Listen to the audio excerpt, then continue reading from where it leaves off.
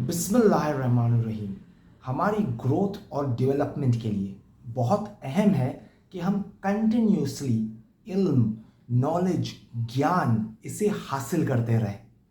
अब इसी से रिलेटेड दीन इस्लाम में एक बड़ा डायनामिक और ज़ीबा उसूल है। इमाम अली अलैहिस्सलाम कहते हैं कि ये मत देखो कि कौन बोल रहा है, बल्कि ये देखो कि वो क्या बोल रहा है।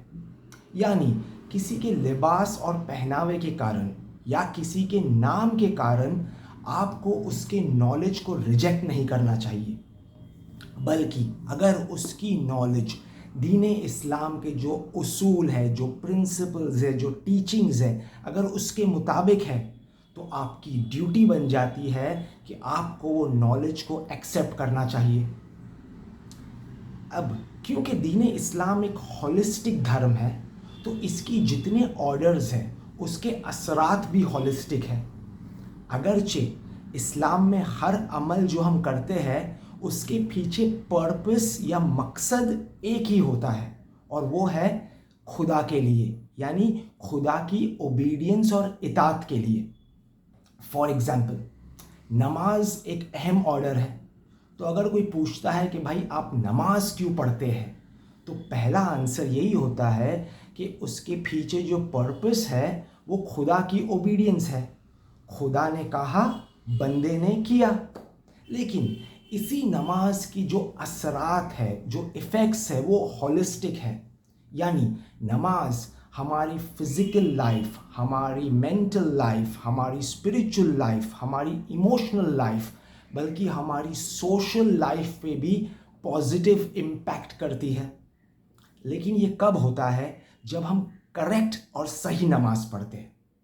हमें ऑर्डर ये नहीं दिया गया है नमाज पढ़ो, हमें ऑर्डर दिया गया है आकीमुस सलात, यानी नमाज को इस्टेब्लिश करो, यानी सारे नमाज के कंडीशंस के साथ उसे पढ़ो।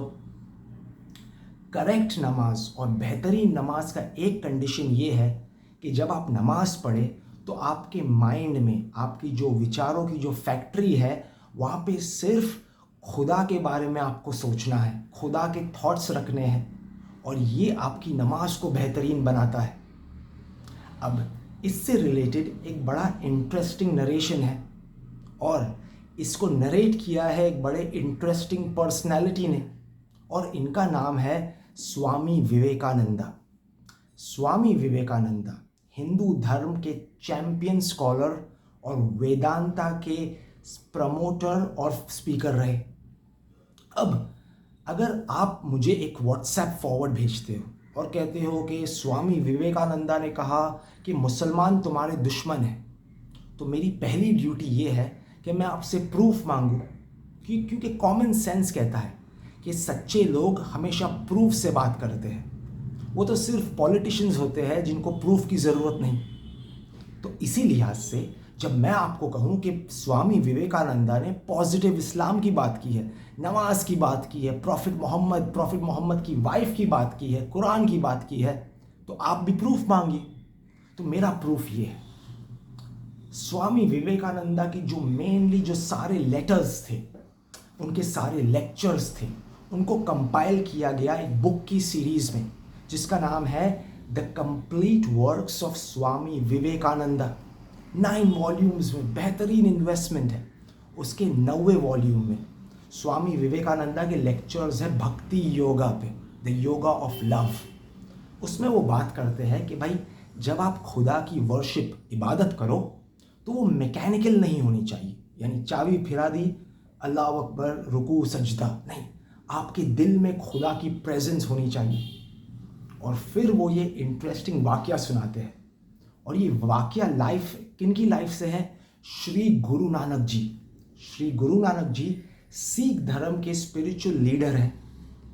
ओके, तो एक दिन श्री गुरु नानक जी एक मस्जिद में घुसते हैं। अब मस्जिद में एक मुल्ला जी नमाज शुरू कर रहे होते हैं। अब जैसे ही मुल्ला जी कहते हैं अल्लाहु अकबर, श्री गुरु नानक जी स्माइल करने लगते हैं उस पर और कहते हैं देखो ये ढोंगी है, ही इज़ अ हिपोक्रेट। अब ये सुन के मुल्ला जी इन्फ्यूरिएट हो जाते हैं।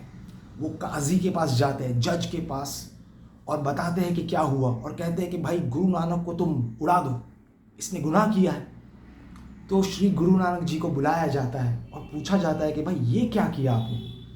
तो श्री गुरु नानक जी उस वक्त उस मुल्ला की तरफ पलटते हैं, उस मुल्ला जी को कहते हैं कुरान मजीद पे हाथ रख, यानी अल्लाह की कसम खा और कह कि जब तू अल्लाह अकबर कह रहा था, क्या तब तेरे माइंड में, तेरे दिमाग में, तेरे विचारों में घर पर जो मुर्गी पक रही थी उसके ख्याल नहीं आ रहे थे? अब मुर्गी का नाम लेते ही हमारे ज़बान गीली हो गई। अब ये सुनते ही वो मुल्ला जी बड़े शर्मिंदा हो गए, क्योंकि वो जानते थे असल इताअत, असल इबादत, उसकी इखलास शुरू होती है आपके दिल से, आपके थॉट से, कि जिस तरह ज़बान पे खुदा है उस तरह माइंड और दिल में भी खुदा होना चाहिए। और अगर दिल में उस वक्त मुर्गी है तो वो इबादत नहीं है, बल्कि खुदा की इबादत नहीं है।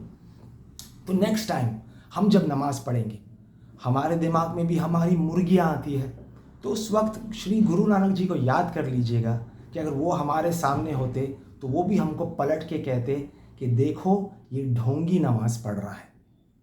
लास्टली, इसी किताब में उस गुरु नानक जी के वाक़ये के बाद स्वामी विवेकानंदा एक छोटी सी बड़ी इंटरेस्टिंग नमाज की एक स्टोरी सुनाते हैं, लेकिन ये मैं आपको सुनाऊंगा नहीं, क्योंकि इतने पैसे में तो इतना ही मिलेगा। तो बेस्ट ऑफ लक और खुदा हाफिज़।